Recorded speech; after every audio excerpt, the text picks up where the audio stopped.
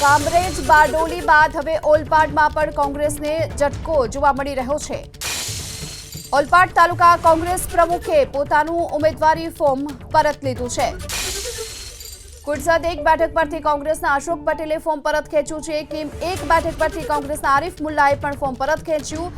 કુડસદ એક બેઠક પરથી ભાજપ ઉમેદવાર રાહુલ ભોકડવા બિનહરીફ થયા છે અને કિમ એક બેઠક પરથી કોંગ્રેસના ઉમેદવાર આરિફ મુલ્લાએ ફોર્મ પરત ખેંચતા ભાજપના રાહુલ પટેલ બિનહરીફ થયા છે।